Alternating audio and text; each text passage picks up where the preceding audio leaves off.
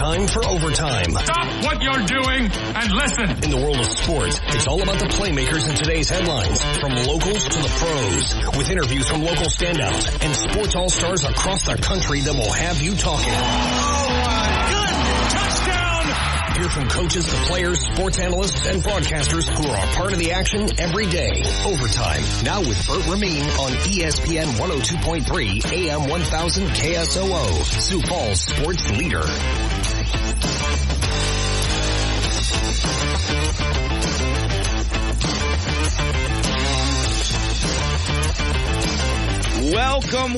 Welcome. It is hour number 1, and we are on time today. Minnesota Twins baseball has been postponed, which means we got a full 2 hours for you, not as promised, but we're going to deliver it anyway on a Thursday edition of Overtime. NFL talk in full form and full force coming up here shortly with Dustin Baker in the studio of VikingsTerritory.com. He'll join us to talk about the latest and greatest with the Minnesota Vikings, and myself and Dustin at the end of this hour are going to put our feet to the fire just a little bit. We're going to predict our top fives if the draft was today, if the draft was tonight, which we're just a couple weeks away. Can't wait for that. But 2 weeks away, we'll do it as if it was tonight. Our top fives with trades. We can make it as wild or as ho-hum as possible, depending upon what we're thinking here. We'll do that at the end of hour number 1. Will the Minnesota Vikings make it into the top 5? Will they need to make it into the top 5 to draft their quarterback of the future? We'll dissect that later in hour number 1. Hour number 2, it's the start of the Masters, one of my favorite and one of America's favorite sporting events across the gamut. One of the biggest weekends, Thursday through Sunday, maybe even earlier than that if you're a guy that's into the practice rounds, into the par 3 competition, into the family, into the kids running around the course. It is a phenomenal week down in Augusta, Georgia. I have heard incredible things. I've had many friends and family members make it out and down to Augusta for the big tournament. I've heard it's incredible. The food prices are affordable, the course is gorgeous, and the experience is fantastic. It was delayed just a couple hours today, but it is officially underway. The 2024 edition of the Masters. I'll make my 5 picks for golfers that I think have a decent shot at wearing a green jacket for the first time or a second or third or fourth time coming up from Augusta this weekend. And we'll also be talking with a big name in local and national golf. Dave Austad of Austad's Golf will swing by at about 12:20 on today's program. We'll talk NBA playoffs taking some shape after a disappointing loss last night for the Minnesota Timberwolves. Latest news and standings there, and I'll preview the pair of teams today for the NFL draft, the Minnesota Vikings. That's right, Vikings fans. I am predicting what your team will do in the draft in hour number 2. We'll also talk about one of the Vikings' hated rivals, the Philadelphia Eagles, who will meet the Green Bay Packers in Brazil on a Friday night opener to start off next season. Very exciting stuff. And they already have that spread out, by the way. And I'll let you sit on it and think about it for a second. But neutral site down in Brazil. Eagles are the home team. The Packers are the road team. And right now, Philadelphia is a 1.5-point favorite in that game. Not too high, not too low. Feels just about right for that season opening matchup. Not the official season opener. That's coming on Thursday with the Kansas City Chiefs involved. But Friday, Eagles and the Packers from down in Brazil for the first game in that country, the first game on that continent of South America. A lot to look forward to this year in the National Football League. And we'll round out the show with the good, the bad, and the ugly. Let's quickly dive into your scorecard before we talk all things NFL and Minnesota Vikings with Dustin Baker of Vikings Territory. NHL Finals last night, 3 games went on. Chicago lost in St. Louis 5-2. Edmonton finds the back of the net, went up 4-0, ultimately finished the job with a 5-1 win against Vegas. Here's that 4th goal of the night for the Oilers. Bouchard to Nugent-Hopkins, left wing, side of the net, to Hyman, out to Nugent-Hopkins, to Draisaitl, scores!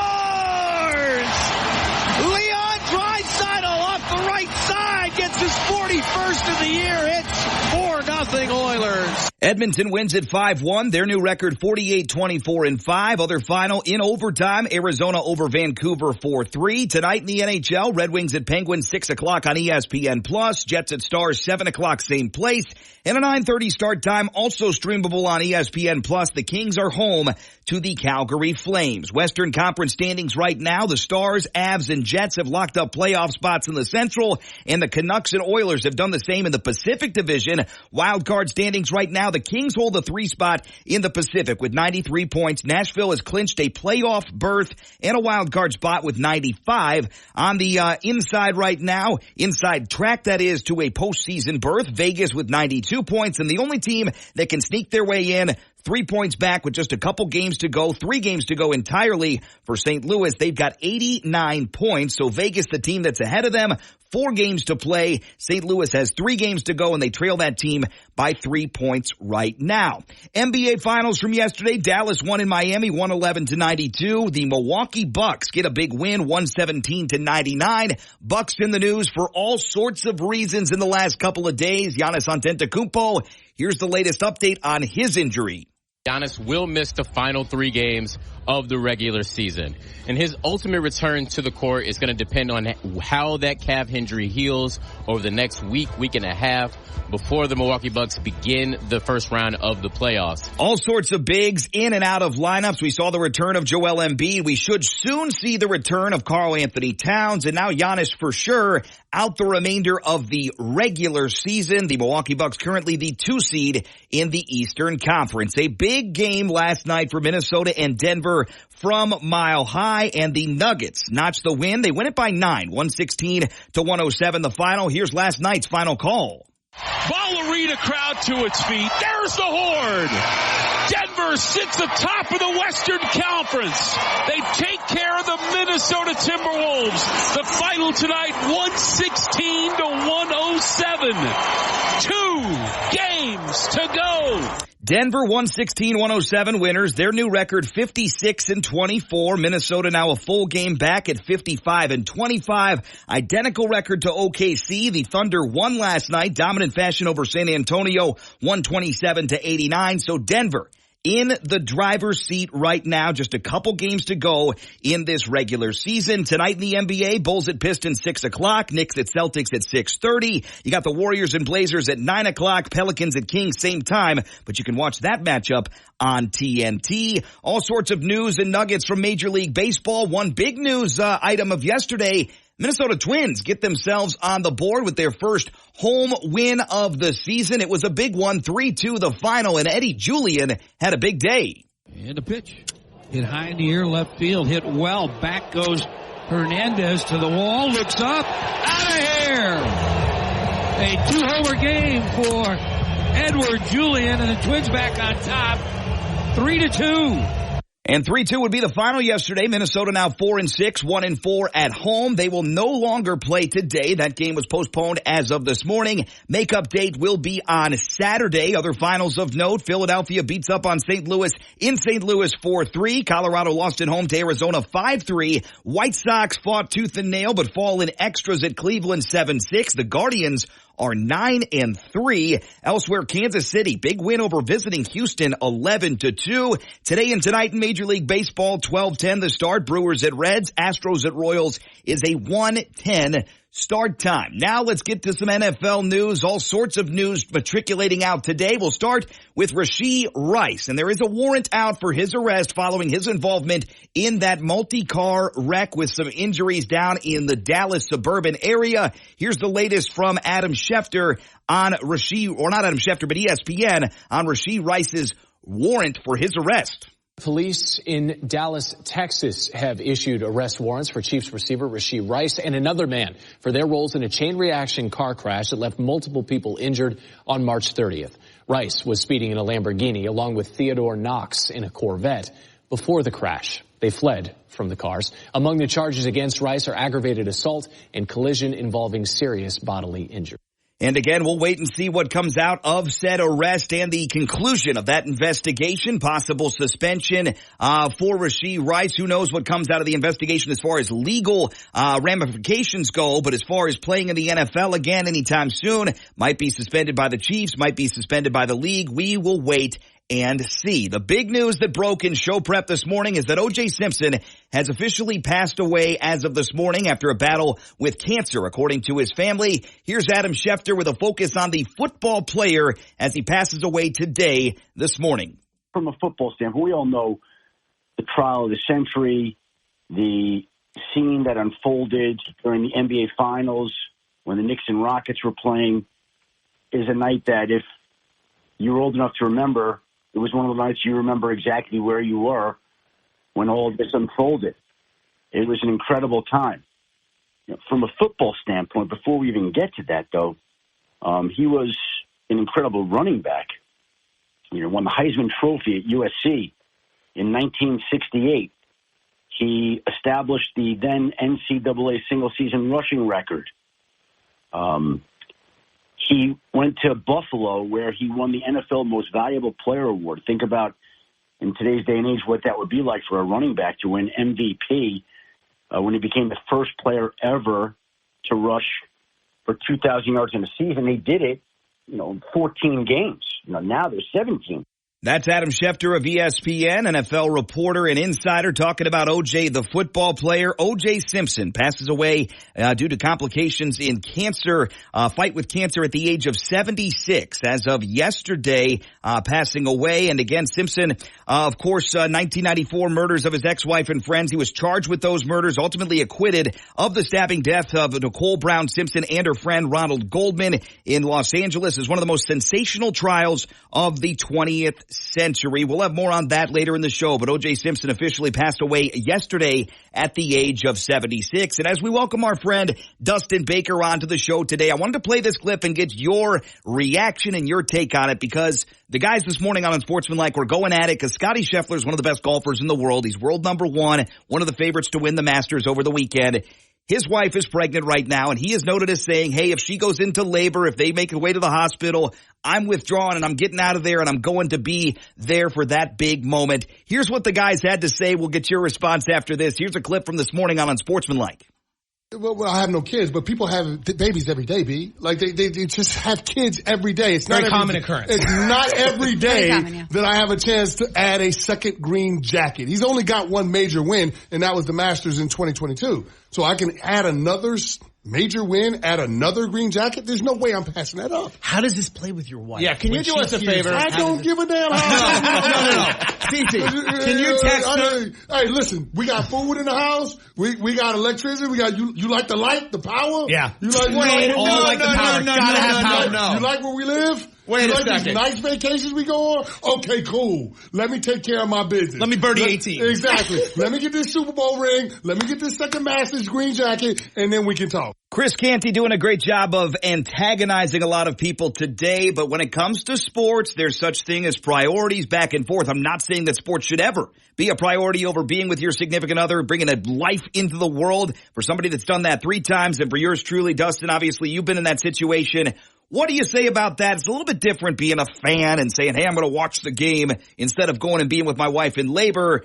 Instead of a guy that's got a chance at $1 million or $1 million plus and a green jacket. Obviously, that's a big deal and a big opportunity for his career. Where do you stand on that? Obviously, Scottie Scheffler reportedly will do the right thing if his wife does go into labor this weekend. Well, I respect the fact that each competitor, whether it's in the NBA or here in golf, that they would have the choice to decide what's best for them, because there's not a clear-cut answer, especially from a competitor. Their whole drive is that it would drive them, bonkers not to be competing on the grandest stage of them all. For me, it's a no-brainer, especially your first kid. Oh, yeah. I a lot of times in my life with big questions like this, I apply a little test that says, do I want to look back on this and think A or B? And so this would be the ultimate. Like, do I really want to say, hey, I missed my child's birth because we had a really important tournament?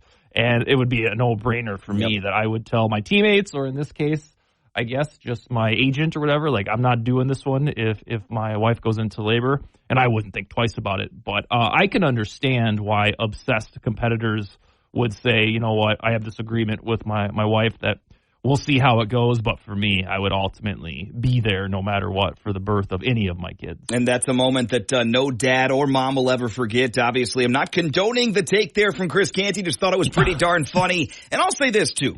For Scottie Scheffler, obviously, he's very well in control and knows himself very well. He's already got a green jacket.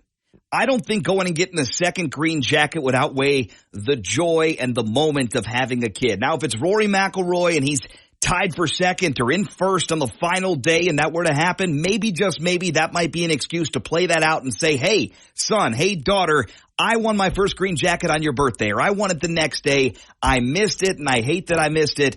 but it was such a big moment for my career. Hope you can understand. It might be understandable at that stage, but winning a second green jacket or somebody that's playing for a third or a fourth, and what happens also if you stick around and you end up not winning? You know, there's so many different scenarios there. So that's a decent way to open up the show there, talking about what ifs. And again, Dustin and I, unique perspective, because not only are we parents, but we're also not playing a profession where we can win millions and millions of dollars and international clout and fame, and a historical win at that down in Augusta. It's Masters Week, round number 1, getting underway as we had a little bit of a rain delay to start the day from Augusta. We'll get you the latest and greatest news later on in the show. But let's talk NFL. Let's talk all the news there. Obviously, the OJ news, pretty darn big today in regards to the NFL and the world. Where do you stand right now with everything going on in the league and the Minnesota Vikings creeping a couple weeks closer, 2 weeks away now from the NFL draft? It is indeed 2 weeks away, and it seems that the path to trade up for a quarterback is still there, and it is really one of the most grand climaxes in Vikings history, recent history for sure, but history in general, because this team has refused to draft a quarterback with high round draft capital ever. They've never used a top 10 pick on a quarterback. And the last time they got it right was with Dante Culpepper, and that was 25 years ago. So when we set these stakes here and we tried to build the suspense, it really builds itself, because the Vikings made their intentions clear when they let Cousins walk to the Falcons. And then they traded with the Texans, and it looks like they're going to do it again. On the whole, the draft is cool. Even when the Vikings are just going to pick an ordinary cornerback or something, it's really cool, and you know that firsthand. But when your team is contemplating one of the top decisions of its fate in general, it's ultra. On draft on the whole after that, I'm really interested to see where Brock Bowers go. You and I chatted in this very room 1 year ago about how interesting it was Bijan could just go to any team as gravy, because running backs aren't that valued like they used to be. But with Bowers now, because there's so many quarterbacks at the top of this draft, so many great offensive tackles, and then, Dallas Turner, Bowers kind of feels that same way. So in addition to, watching with a really keen eye what the Vikings do, I just want to see where Brock Bowers go, because A, for fantasy football, he's going to be a dream come true, and then B, what team will add him just because we think we know he's not going to go in the top 5. He could. Yep. Number 5. Certainly could. But that's really fascinating. And then, like you've said multiple times, the spectacle of the draft, it's going to feel like Christmas for a Vikings fan, but it already feels sweet because the event is awesome in itself. And again, coming up to the plate and taking a swing is big no matter what your team does in the first round. But Minnesota, man, oh man, does it feel like we're setting up the next 10, 15 years of the franchise for good or bad, regardless of what happens coming up in the draft just 2 weeks from today. I don't think I've ever actually got your take on this question. Just popped into my head when we were talking about the quarterback future, Kirk Cousins out of town, Dante Culpepper, Randall Cunningham, all these guys of the past. Give me your top 3, top 5 Vikings quarterbacks all time, from your favorite to least favorite that you got to watch. I don't know if you were around for the Fran days or not, but where do you stand with Kirk? Where does he go into your Mount Rushmore of Vikings quarterbacks following his career there? My favorite or the best? Your favorite. Okay. Yeah. And my favorite or the best is kind of different for the Green Bay Packers, because I didn't get to watch Bart Starr, although I'm sure I would have loved that. Favre and Rodgers are pretty neck and neck. Jordan Love already there, because the Packers haven't had a lot of quarterbacks, and I know that's a luxury and a spoiled thing. But when it comes to the guys that you've seen, the most fun guys, could be Teddy, could be Dante, could be Cunningham, could be Jeff George. Who knows? Where do you stand with Vikings quarterbacks? All right, so let's do the Rushmore. Is that 3 or 4? 4. Okay, if we're going to do with room for 5 if you really want to get to 4 makes it easy for me.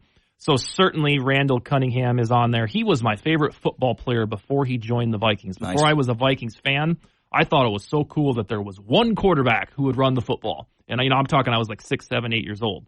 And that was Cunningham of the Eagles. And so it just became a fit when he joined the Vikings as a backup in 1998. He went to the same church as my family did in Eden Prairie, Minnesota. So we got to see him in church. So he'd certainly be on there. Jeff George is on there. Not because he stayed for very long or that he was ultra lovable, but I loved the way he threw the football. It was like he was born to do that with a flick of the wrist.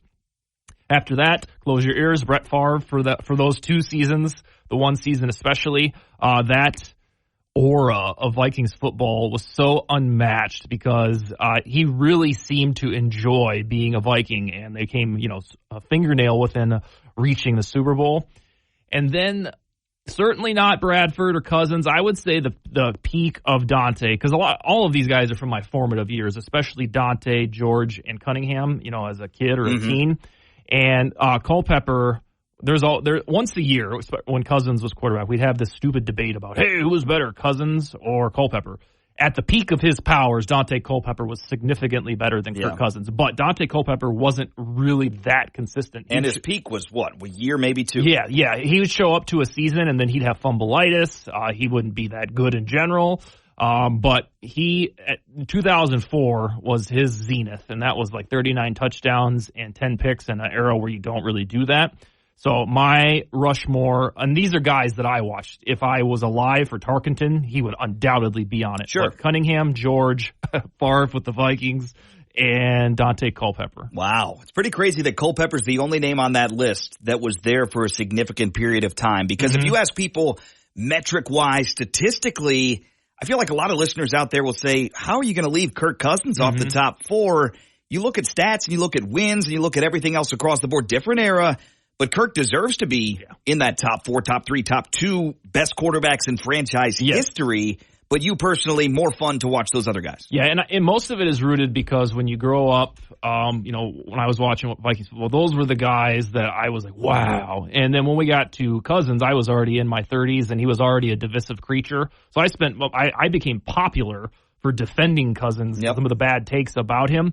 But no, he would be on there if I could expand it to 5 or 6. And if I was ranking best quarterbacks of all time, it would probably, based on consistency, longevity, it'd be Tarkenton, and then Kirk, then Dante, and then probably Tommy Kramer. And obviously a long history there, but a lot of the favorites, it's kind of fun. A lot of the favorites have been flash in the pan kind of guys for the Minnesota Vikings. We'll see if they can avoid that with Sam Darnold, or if it will be indeed a changing of the guard, a rookie quarterback coming in, playing right away, or playing just a few weeks in to the 2024 season. The latest and greatest Viking news, draft rumblings, and more coming up next. It's Dustin Baker live for the entirety of hour number 1. We're back with more from Dustin Baker of VikingsTerritory.com next on this Thursday edition of Overtime.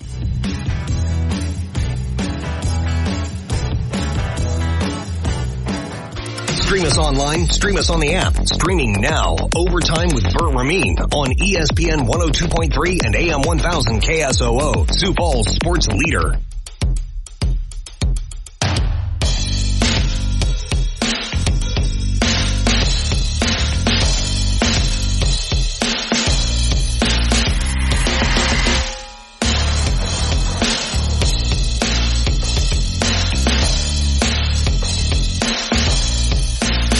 Right back with you on this Thursday edition of Overtime. A reminder, hour number 2, we'll be talking all things Masters down in Augusta, Georgia. We'll be talking with Dave Austad of Austad's Golf here about the golf game, Masters, some favorites for the tournament, and also the latest and greatest in golfing in Sioux Falls. As the season gets going, the grass is green, the birds are chirping. We're going to see some leaves on trees here very, very soon. And golf season just now getting into full swing with Austad's and Sioux Falls Golf and everything in between that makes the Sioux Empire such a great place to hit the links. Now let's talk some more Minnesota Vikings latest news in the last week, as well as some draft rumblings. I see here on Pro Football Talk that the Vikings have scheduled a private workout with a quarterback, Jaden Daniels. That's pretty big news there in terms of a guy that they might end up getting. Let's talk about that and everything else this week that's gone on with Minnesota. What's the latest and greatest from the Twin Cities? In terms of transactions and tangible news, this was one of the slowest weeks since the start of free agency. But that doesn't mean there's no news. The Vikings are doing their top 30 visits, and so are other teams. But the notable part of the Vikings' top 30 visits is there's a lot of defensive guys on their itinerary. So Laiatu Latu from UCLA, Quinion Mitchell, Dallas Turner, the heavy hitters that will go at the top of the draft defensively are meeting with the Vikings. And I've had people email me and say, well, what are they doing? I thought they were drafting a quarterback. Well, there's always a chance that the Vikings get boxed out from their would-be trade up the board. Yep. And then you don't want, Kwesi Adofo-Mensah to say, hey, did you scout anybody else? Did you scout an edge rusher? No, I didn't do it. So they have to do the diligence. So I would consider all of these defensive meetings as that. And then a couple of my sources have started chirping recently. There was kind of a quiet period with them. And I'm hearing that they do like Drake May and that he should be considered the top target. And I've tried to battle my own self, thinking this really just can't be a binary choice between Drake May and J.J. McCarthy. That seems too simple, but it really sounds like that's what it is, like from insiders, like inside the building. So I would preface that for Vikings fans that this thing indeed probably is going to be May or McCarthy, assuming they can trade up the board. And then the NFL mock draft community, they're really sharpening their appetite for mock drafts. Mel Kiper said J.J. McCarthy to the Vikings. Another thing, the Vikings met with a full entourage with Michael Penix. Some of them have already left him dead in the water for. I wouldn't quite say I'd rule him out for the Vikings. I would say there's a chance that if everything goes pear-shaped and they're not able to trade up, then Penix could be the compromise solution at either 11 or 23.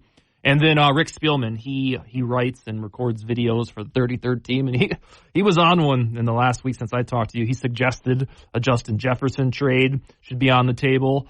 Which makes sense because he traded Harvin, he traded Diggs, and then he also said, and I only say this because he was the former Vikings general manager, he said that if you want to get up to number 3 for the Patriots, you're going to have to give them 3 first-rounders and then some, which makes most of us roll our eyes because, even though he's not the general manager anymore, he's probably not BSing.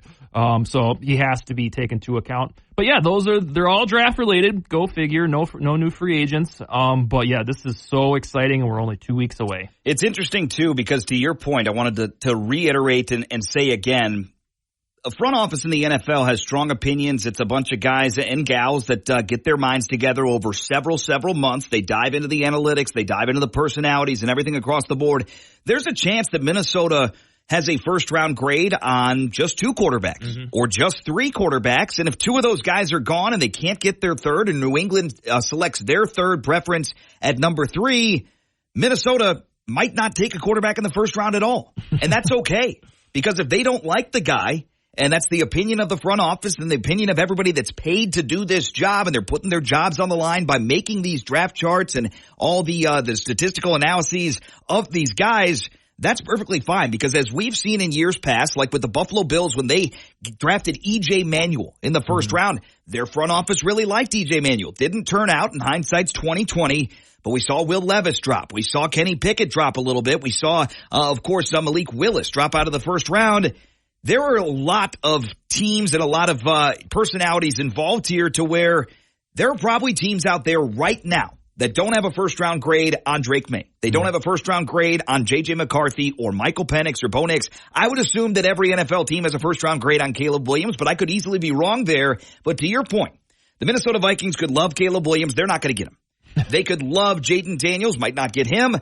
And they could love Drake May only. Let's say they don't really like J.J. McCarthy in the first round, but they love him in the second. Somebody else is going to take McCarthy in the first round, and it might not be Minnesota. So to your point, it's a dart throw on drafting and landing the best quarterback out there that you're able to get, but don't expect the Minnesota Vikings to take a quarterback just because there's a quarterback available that other teams or the analysts or some guy in Sioux Falls on the radio says is pretty good and deserves to be a first-round pick. It might not happen. Yeah, we see it time and time again. You mentioned Levis. At this time last year, Levis was nibbling at the 4th pick, the 5th pick, 6th pick. Yeah, night before the draft, he said that he was told he was going to be the first overall pick. Yeah. So it's interesting, year in, year out, you can hear from quarterbacks, you can hear from fans, you can hear from radio guys, you can hear from analysts, whatever, and they're pretty darn wrong across the board when it comes to the entirety of the first round. We talk about quarterbacks, and if you miss out on one, who could be a good fit? Quinyon Mitchell would be a really good fit for Minnesota, top cornerback in the draft this year. In my opinion, Terry and Arnold obviously in that group. Kool-Aid McKinstry, other guys, Cooper DeJean, love him for the Packers. I wanted to ask you, because from the Packers' perspective, when they do these top 30 visits, Green Bay leaves a ton of breadcrumbs about who they like and what positions they like. And over the course of myself consuming nerdy Packers content, those top 30 visits are like a gold mine of, hey, they really like this guy, I bet they get him. And they visit with all these guys, and a lot of times there's 3 or 4 or 5 draft picks that the Packers make in those top 30 visits. How many breadcrumbs have there been in years past with those visits for the Minnesota Vikings? Do they use them strategically, or is it just kind of a going through the motions sort of deal? They're not as indicative as the Packers. I think there's a trail to see some of them, but it's not edict. If the Vikings stick and pick at 11 and 23, which I really don't think will happen, I do think they're going to trade up the board. They're going to end up with some kind of defensive tackle, either at 11 or 23. That's the one spot on the roster where during free agency, they're like, not going to do it. Because, Christian Wilkins got a lot of money, and the Vikings didn't want to pay him 4 years and $110 million. So they settle on Jerry Tillery and Jonah Williams and Jonathan Bullard, which is just a hodgepodge of mids. But yeah, if they stick and pick, and they've actually said, Kevin O'Connell said that, we like this draft for defensive tackle because we struck out on who we wanted in free agency, which we're pretty sure is Christian Wilkins. I would keep an eye on top 30 visits or any type of visit with a defensive tackle because that would be a need. And then the Vikings, let's see, I would say the Shrine Bowl is usually a reasonable indicator, maybe even more so than the Combine. The Combine's more about the spectacle, I think, to me. But the top 30 visits, I think there was one last year, but I can't remember who it was who ended up joining the Vikings after he visited. But they're important nevertheless, especially during an offseason where suddenly you look down at the QB depth chart and it's only Sam Darnold and Nick Mullins. Yeah, it's interesting stuff. And again, we've got a lot to look forward to for the Minnesota Vikings. Packers, very indicative of what they do with their top 30 visits. But again, Green Bay will visit with guys that are going to be undrafted free agents. They'll visit with guys that are going to be 5th, 6th, and 7th round picks.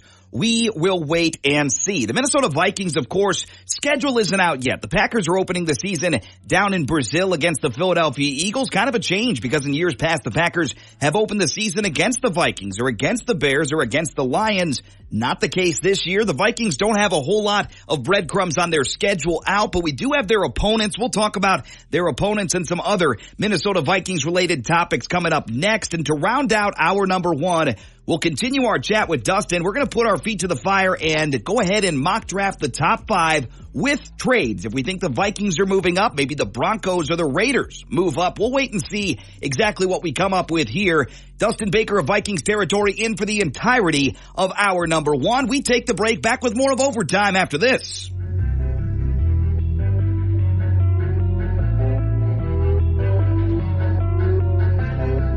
Don't miss a moment of pro sports action. Stay connected and download the app for Overtime on ESPN 102.3 and AM 1000 KSOO.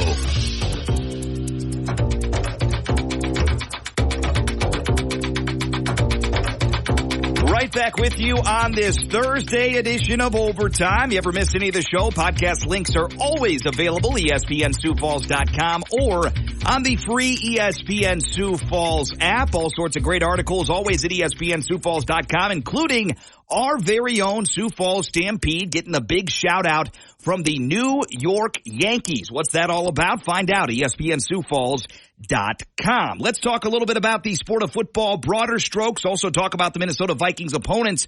But I had a question earlier that stemmed from a question asked on Unsportsmanlike earlier in the week, most likely to win one more. There was a big debate out there, whether it's LeBron James, Steph Curry, obviously one more in that case, meaning another NBA Finals, Tiger Woods, another major victory, or Aaron Rodgers winning another Super Bowl. What is the most likely there? Because Tiger Woods has the most opportunities in a calendar year to win a major. He's got 4. You can only win 1 Super Bowl per year. You can only win 1 NBA Finals per year. But Tiger physically is in the worst shape out of those 4. He's obviously pretty darn hobbled, still playing okay, but hasn't been able to put together consistent rounds and a lot of rounds in a season in a multitude of years due to the car accident and, of course, the challenges before then with his body and Father Time.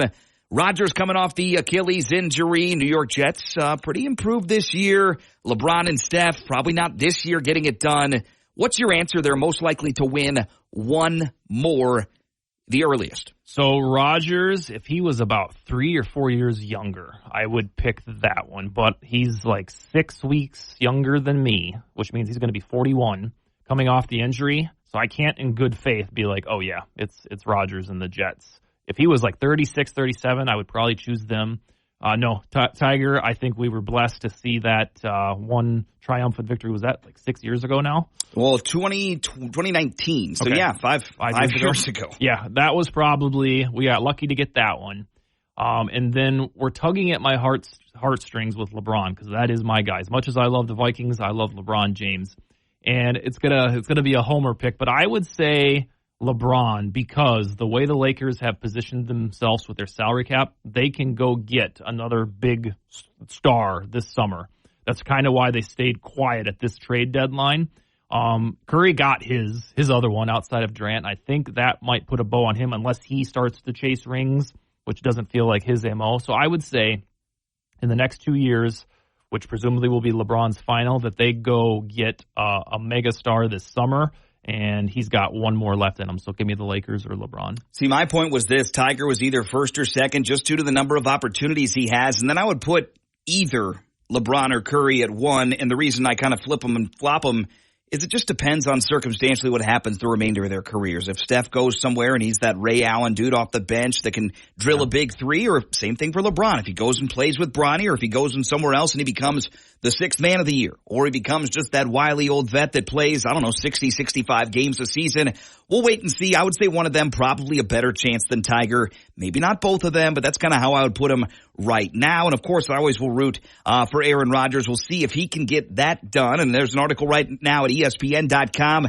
Aaron Rodgers apparently saying that he feared that the Achilles injury last year would end his career. Part of that I Can Fly podcast that's available ESPN.com. Let's talk about scheduling. I'm excited that the Green Bay Packers are opening in Brazil. I'm excited it's week 1, so there shouldn't be any crazy rest disruptions. It's a Friday night game, Friday day game, and then they presumably will have off till Sunday, as will Philly, for their week number 2 matchup. So it doesn't bother me the travel. Minnesota Vikings have an international game coming up in London, and that'll be one of their 9 home games. Have you ever been to London? Would you ever go to London for the purposes of seeing the Vikings play there? Or maybe, I know you got some friends in Germany, would you go to a Germany game? I almost went 2 years ago. It was over my son's birthday weekend, and the wife and I were pretty close to doing it. But then at the last minute, we realized that getting the tickets, there was nothing that was going to be affordable. Usually I try to find affordable airfare, affordable lodging, or affordable tickets, one of those to be affordable. Then I pull the trigger. No. But yes, we will eventually go to a Vikings game in London. There's no doubt about it. And certainly in Germany with Yannick Eckhart, my German connection, we'd have a built-in way to go there. But I am a little snobbish. I hate that the Vikings have to use a home game in London. It gets on my nerves because A, I can't easily go, and then B, it's like, really, we get this little advantage and then we have to surrender a home game to London, and that makes me sound like a crybaby. But in this realm, I am. But yeah, I will. I'm going to Norway in less than 2 months for vacation, so I would certainly go to London for a Vikings football game. And obviously that's going to be pretty darn fun. But speaking from somebody that kind of rused the overseas matchup, the Packers 2 years ago went. Rodgers broke his thumb, threw off their schedule. They didn't put him on IR. It was a disaster going overseas. So I'm hoping for better things, that they're moving south to South America for the first ever NFL game, not only in Brazil, but in South America. Quickly jot these down for me, by the way. Home opponents that aren't division opponents. I want you to rank these in terms of, I'm really looking forward to this, and I could miss this game. You got the Cardinals, you got the Niners, you got the Texans, the Colts, the Falcons, and the New York Jets. So those are the home opponents. One of those will be in London. Mm-hmm. But as far as those teams go, and I'll give you a second, I'll keep talking here. Yeah. As far as those teams go, assuming they're all in Minneapolis, who do you want to see the most? Who do you want to see the least out of that group? Want to see the most. Yeah, because you got the Niners, and you saw them just last year. Mm-hmm. The New York Jets, the Colts are intriguing. The Falcons are intriguing. The Texans are way intriguing. The Cardinals have to be the team that you're like, I could miss that one if I had to miss one, right? Yeah, if we're talking about watchability, the hype going into it, I won't mind going to the Cardinals game because I'm hoping they can just win, and I'll be happy driving home. Vikings have been a very poor home team in the last year, and it just really bothers me. But probably the Kirk game because unless he's hurt, he will be the quarterback for the Falcons, and he will be at US Bank Stadium, assuming that one isn't in London.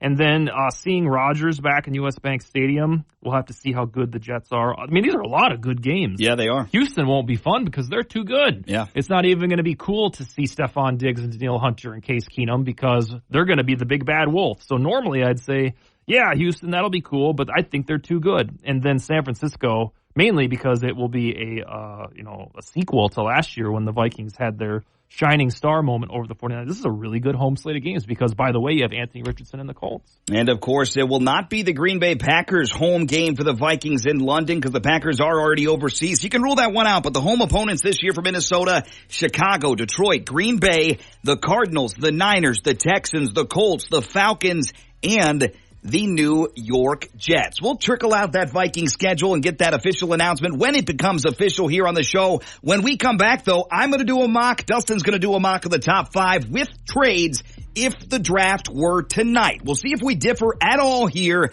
I think we might. We'll wait and see. That's coming up next on Overtime.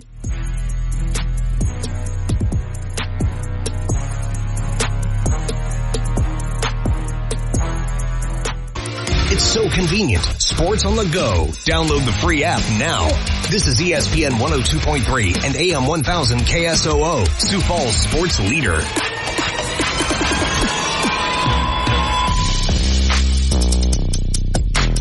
Right back with you, Thursday edition of Overtime, rumbling and bumbling forward here. As always, thanks for tuning us in right here on ESPN Sioux Falls, ESPN 102.3, AM 1000 KSOO. The Masters is underway. Dave Ostad of Ostad's Golf will join us around 12:20 on today's program to talk the latest and greatest, favorite golfers heading into the weekend, as well as inspiration moving forward and in the past. Because there was a great article out there, great video that I reposted on our Twitter account this morning. Kevin Van Valkenburg putting it out there. What was your first Masters moment? What's the earliest moments you remember? Was it Tiger Woods? Was it somebody of the past before then? We'll dive in and also get Dave Ostad's take on that question. For me, it's probably Tiger, so dominant when I was a kid, 7, 8, 9, 10 years old.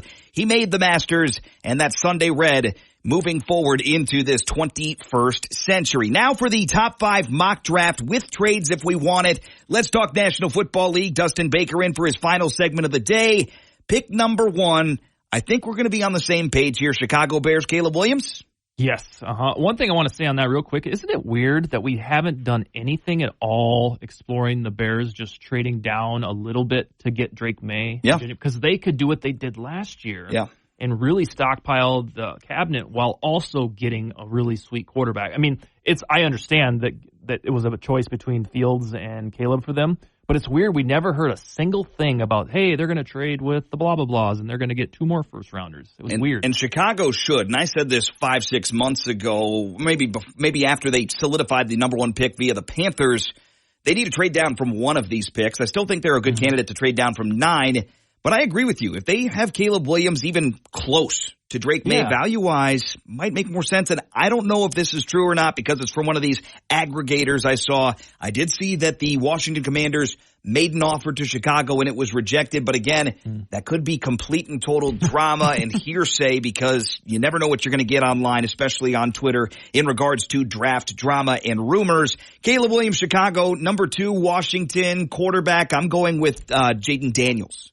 Number 2 to Washington. Where do you stand there? I have him as well, so we don't have any variance. I believe in this for 2 reasons. A, sports books have this as the heavy favorite, and you really can't dispute sports books too much. I mean, they're setting the odds realistically, hoping that, you bet.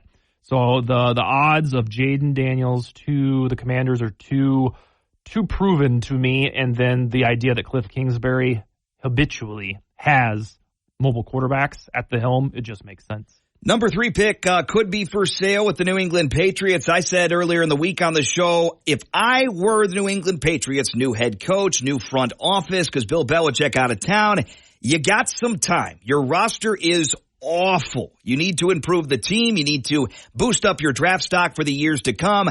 I would trade.